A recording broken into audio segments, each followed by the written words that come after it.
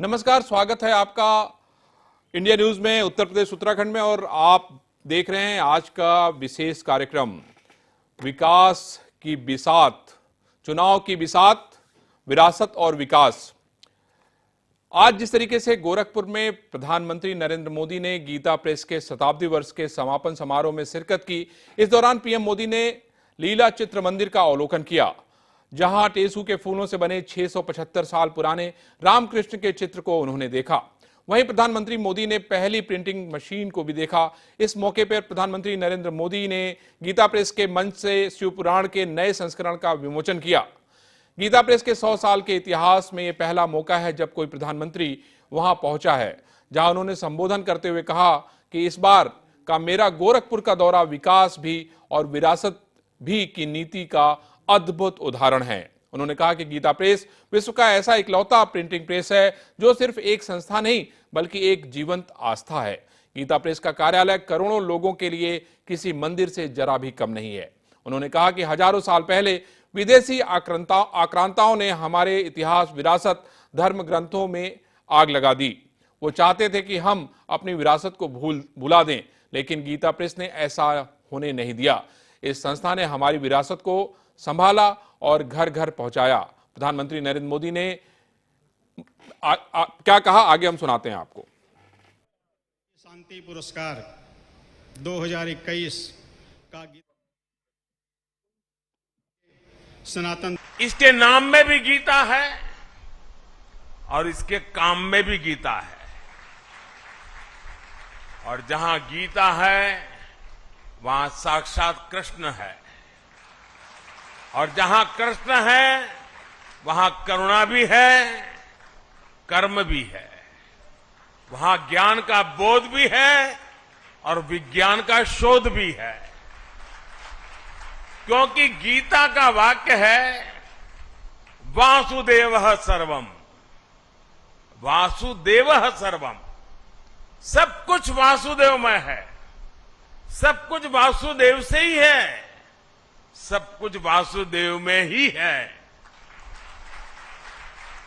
भाई और बहनों, 1923 में गीता प्रेस के रूप में यहां जो आध्यात्मिक ज्योति प्रज्वलित हुई, आज उसका प्रकाश पूरी मानवता का मार्गदर्शन कर रहा है।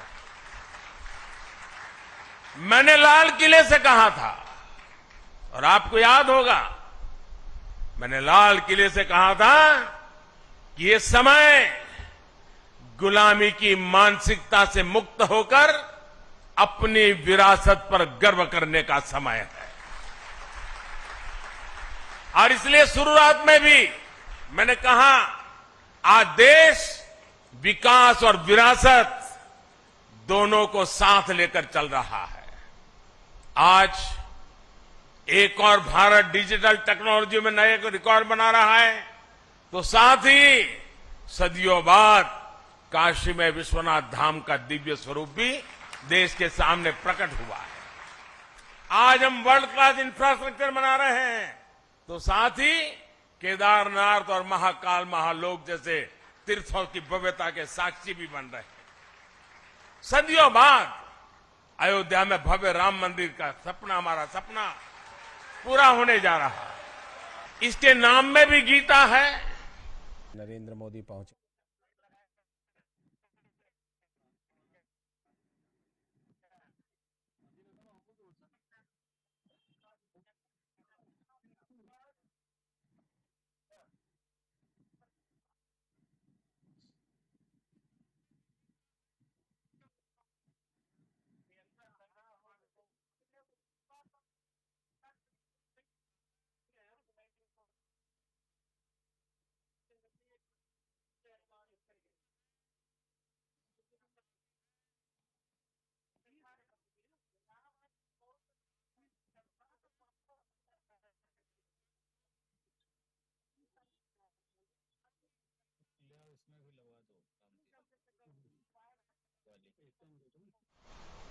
इसके नाम में भी गीता है और इसके काम में भी गीता है।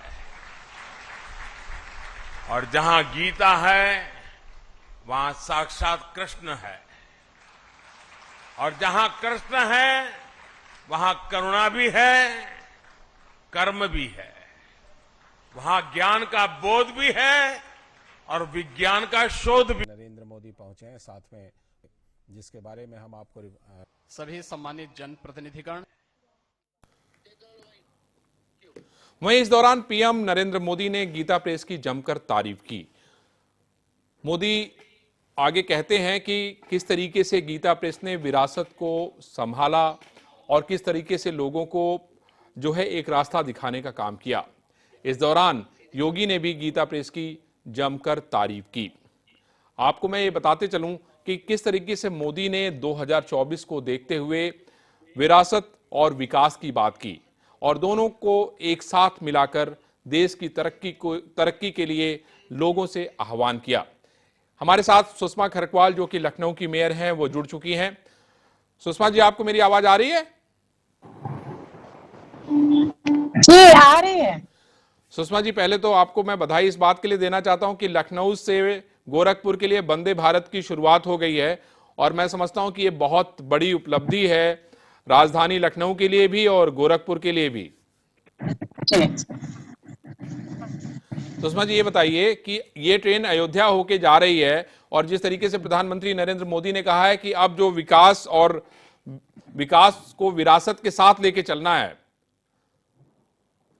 विकास को, सुषमा जी हमारे साथ अभी जुड़ी थी, उनके लिंक जो है मुझे लगता है कि कुछ दिक्कत थी। हम सुषमा जी, आवाज आ रही है आपको?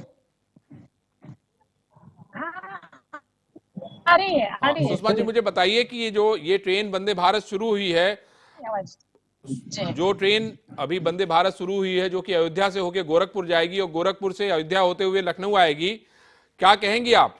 कितनी बड़ी शुरुआत है ये राजधानी के लिए?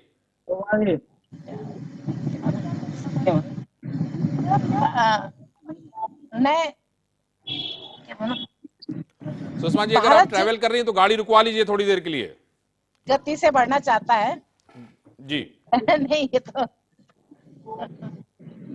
कार नहीं हूँ, इसीलिए मैं कह रहा हूं कि अगर आपकी पूरा वीडियो हिल जाएगा।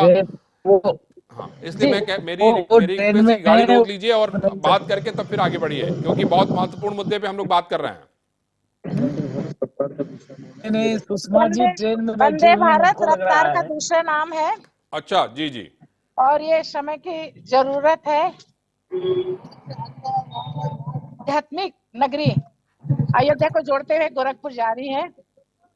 ये देश की 25वीं ट्रेन है।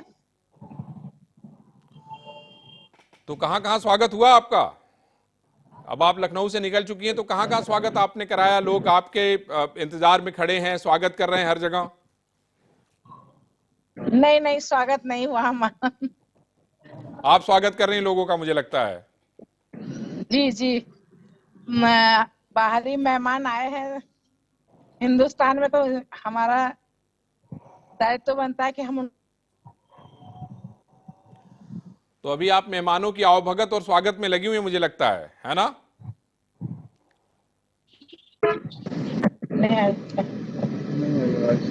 आपकी आवाज कट रही है। जी, अब बताइए मुझे कि आप खुद ही स्वागत में लगी हुई है लोगों को। मुझे ये बताइए कि अयोध्या से होके ये ट्रेन गुजरेगी और गोरखपुर जाएगी, कितना बड़ा फायदा होगा?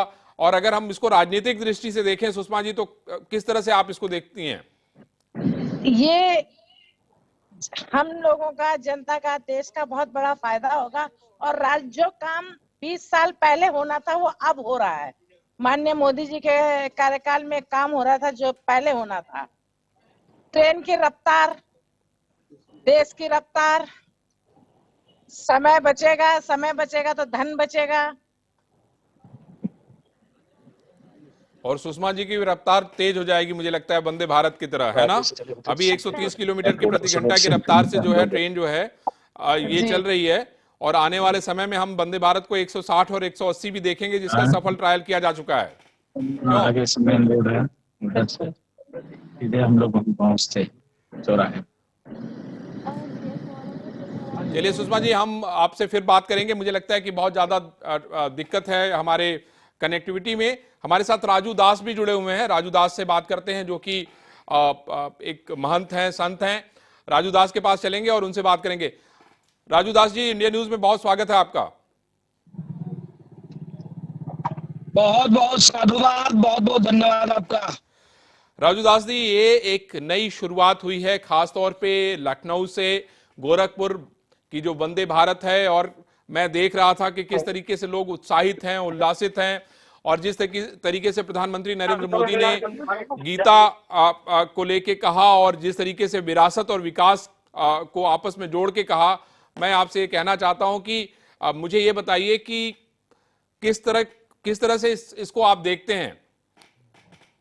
पहले तो मैं देश के यशस्वी प्रधानमंत्री जी को कोट कोट साधुवाद देता हूँ, धन्यवाद देता हूँ, आभार व्यक्त करता हूँ। उत्तर प्रदेश के यशस्वी मुख्यमंत्री योगी आदित्यनाथ जी महाराज को ढेर सारा स्नेह, मंगल कामना की इसी गति से जिस प्रकार से सर्वांगीण विकास जो मोदी जी का विजन है, पूरे देश को एक सूत्र में पिरोना, और योगी जी का जो विजन पूरे उत्तर प्रदेश की जितने धार्मिक स्थल, पर्यटक स्थल, महत्वपूर्ण स्थल, उसको कैसे जोड़ा जाए। आज वंदे भारत ट्रेन गुरु गोरक्षनाथ की नगरी से परब्रह्म परमात्मा भगवान श्री राम की जन्मभूमि अयोध्या आई। हम लोगों ने खूब उसका स्वागत किया। इसके बाद लखनपुरी लखनऊ तक वो ट्रेन पहुंचेगी। वंदे भारत ट्रेन जो आज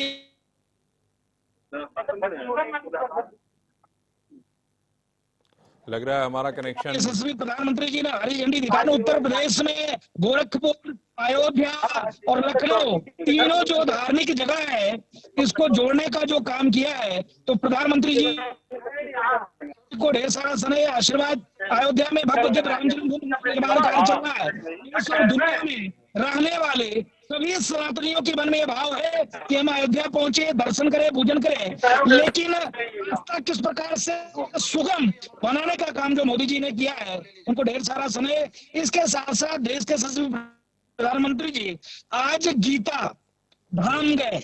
जिस प्रकार से मैं कहना चाहता हूं कि आक्रांताओं ने, आक्रमणकारियों ने, षड्यंत्रकारियों ने, दूषित मानसिकता के लोगों ने देश की संस्कृति को तोड़ने का जो प्रयास किया था, हमारे धार्मिक ग्रंथों को जलाने का जो काम किया था, आप देखिए नालंदा तक्षशिला विश्वविद्यालय जिसको आग के हवाले कर दिया था। हमारे जो धार्मिक ग्रंथ थे, जो देश की जो इतिहास था, उसको जलाने का जो काम हुआ था, लेकिन गीता प्रेस ने जिस प्रकार से सनातन को बचाने के लिए कार्य किया, लगातार प्रयास किया, किसी से बिना 1 रुपया लिए, किसी से बिना 1 रुपया के योगदान का, उन्होंने हर घर तक धार्मिक पुस्तकों को इस रूप में पहुंचाया। 1 रुपया में, 70 पैसे में, 2 रुपया में, 3 रुपया में, 65 रुपया में, 24 रुपया में, ऐसे करके जो जिस पुस्तक का रेट 4000, 5000, 3000 होना चाहिए, उसको 64 रुपया में उन्होंने पहुंचाया। तो देश के यशस्वी प्रधानमंत्री जी वहां भी गए थे, उनको भी आभार व्यक्त किया। तो कहने का मतलब ये है कि इसको चुनाव से ना जोड़ा जाए, लगातार ये कार्य कर रहे हैं। मैं और उम्मीद करता हूं अभी भी देश में और भी कार्य करने की, काम करने की जरूरत है, लेकिन आज वंदे भारत ट्रेन को मोदी जी ने हरी झंडी दिखाकर, चलिए राजू दास जी, मैं समझता हूं, हम लोगों ने स्वागत किया। राजू दास जी, मैं समझता हूं कि आपने अपनी बात कह दी है, और जिस तरीके से आपने विस्तार पूर्वक इस पर प्रकाश डाला है, उसके लिए बहुत बहुत धन्यवाद आपको। और मैं समझता हूं कि ये जो वंदे भारत है और ये जो विरासत और विकास की बात प्रधानमंत्री नरेंद्र मोदी ने कही है, उसको आने वाले चुनाव में उसकी वानगी हमें देखने को मिलेगी। हमारे साथ हमारे रिपोर्टर्स भी अलग अलग जगहों से जुड़े हैं, उनसे भी बात करते हैं कि आखिर कितना उत्साह है लोगों में। हमारे साथ अयोध्या से ज्योति जुड़ी हुई हैं, सुशील गोरखपुर से जुड़े हुए हैं। सुशील, ये बताइए कि आपने तो वंदे भारत से यात्रा की, और जिस तरीके से प्रधानमंत्री नरेंद्र मोदी ने गीता को जो है एक तरीके से कर्मस्थली बनाया, गीता से रास्ता दिखाने की जो प्रेरणा की बात कही, विरासत और विकास की बात कही, क्या नजर आया आपको पूरे रास्ते भर में? सर बिल्कुल, पहले मैं बता दूं कि मैं उसी वंदे भारत में सफर कर रहा हूं, और तकरीबन 4:45 मिनट के आसपास पीएम मोदी ने हरी झंडी दिखाकर इसे रवाना किया था। और सबसे बड़ी बात है कि इतने कम समय में अयोध्या पहुंचना अपने आप में बड़ी बात है कि गोरखपुर से अयोध्या में 3 घंटे 15 मिनट के अंदर में वो अयोध्या पहुंच गए। इस समय हम बाराबंकी पहुंचने वाले हैं और आप समझिए कि कितनी तेजी से ये 110 किलोमीटर प्रति घंटे की रफ्तार से चल रहा है और हम एक एक पल पल की जानकारी अपने इंडिया न्यूज के दर्शकों को देते जा रहे हैं, क्योंकि ये हम कोच में खड़े हैं वो एग्जीक्यूटिव कोच है। इस कोच में जो सीटिंग अरेंजमेंट है वो 180 डिग्री में टर्न करता है, यानी यात्रियों को इस तरह से सुविधा मिल रही है। ऐसे तो थोड़ी दिए जा रहे हैं लेकिन सुविधा उससे ज्यादा दी जा रही है। ऐसे में सभी सीट के नीचे जो है चार्जिंग पॉइंट या फिर सीसीटीवी कैमरे, सेंसर युक्त डोर, तमाम तरह की हाईटेक सुविधाओं से ये पूरा वंदे भारत लैस है और ये माना जा रहा है कि महज 4 घंटे में जो ये दूरी तय करने की बात कही गई थी, 4 घंटे में करीब जो है अपनी मंजिल तक ये वंदे भारत लोगों को पहुंचा रहा है।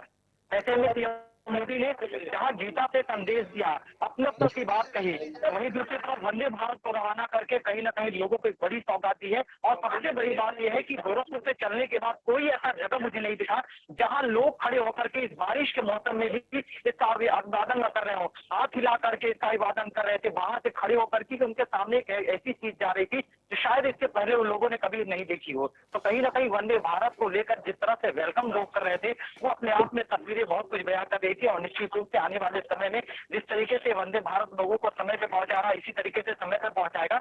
और सबसे बड़ी बात, गोरख धाम से अयोध्या धाम का ये जो सफर है वो अपने आप में बड़ा है और ये इसको लेकर के जो लोग हैं, छोटे छोटे बच्चे स्टेशन के बाहर अयोध्या पे इंतजार कर रहे थे कि कब वंदे भारत आएगा, कब उसे वो देखेंगे।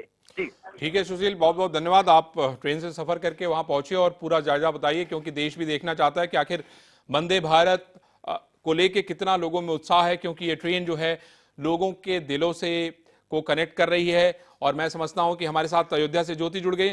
ज्योति, अयोध्या में तो बहुत उत्साह है, क्योंकि जिस तरीके से राजधानी लखनऊ से अयोध्या होते हुए गोरखपुर जाएगी, ये आपस में लोगों को जोड़ने का काम कर रही है। शायद आने वाले दिनों में वंदे भारत देश की धड़कन नजर आएगी। ज्योति, अयोध्या में वंदे भारत ट्रेन को आने को था, सुबह से ही जो अयोध्या में श्रद्धालु आते हैं वो भी टकटकी लगाए बैठे हुए थे। इतनी भीड़ थी वहां पे कि इतने श्रद्धालु रखने की जगह नहीं थी। लोगों ने जय श्री राम के जय घोष से वंदे मातरम का, वंदे भारत एक्सप्रेस ट्रेन का स्वागत किया। और अयोध्या के गणमान्य नेता लल्लू सिंह भी वहां पे मौजूद थे, सांसद लल्लू सिंह भी, उन्होंने फूल और माला से ट्रेन का स्वागत किया। जय श्री राम के जय घोष के आवाज निकल रही थी। ट्रेन के पहुंचते ही सिर्फ जय श्री राम के जय घोष की आवाज सुनाई दी और उसी से ही पता चला कि अयोध्या में रेलवे स्टेशन पर ट्रेन आ गई है। अयोध्या का जो अयोध्या के श्रद्धालुओं का जो उत्सव था, जो उल्लास था, वो देखने लायक था। हमारे साथ यहाँ पे कुछ लोग भी मौजूद हैं, हम इनसे भी कोशिश करेंगे बात करने की। क्या नाम है आपका? प्रगति। कहाँ से आई हैं? जी, हम अयोध्या से हैं। आप अभी अंदर थी, किस तरह से की तस्वीरें थी, कैसे आपने देखा कि अयोध्या में जो भारत आई है वंदे भारत एक्सप्रेस ट्रेन, उसका किस तरह से लगा, आपको क्या लगा?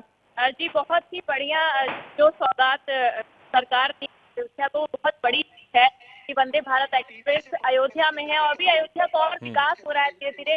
और जहाँ तक देखा जाए कि जो भाजपा की सरकार है वो अयोध्या में विकास करने में लगी हुई है और ये जो वंदे भारत जो एक्सप्रेस है वो भी एक विकास का ही स्वरूप है अयोध्या के लिए। और यहाँ के लोगों में बहुत उत्साह था, हमें भी देखकर बहुत अच्छा लगा। और भी लोग हमारे साथ मौजूद हैं, हम इनसे भी बात करेंगे। कहाँ से ज्योति, हमारे पास समय कम है और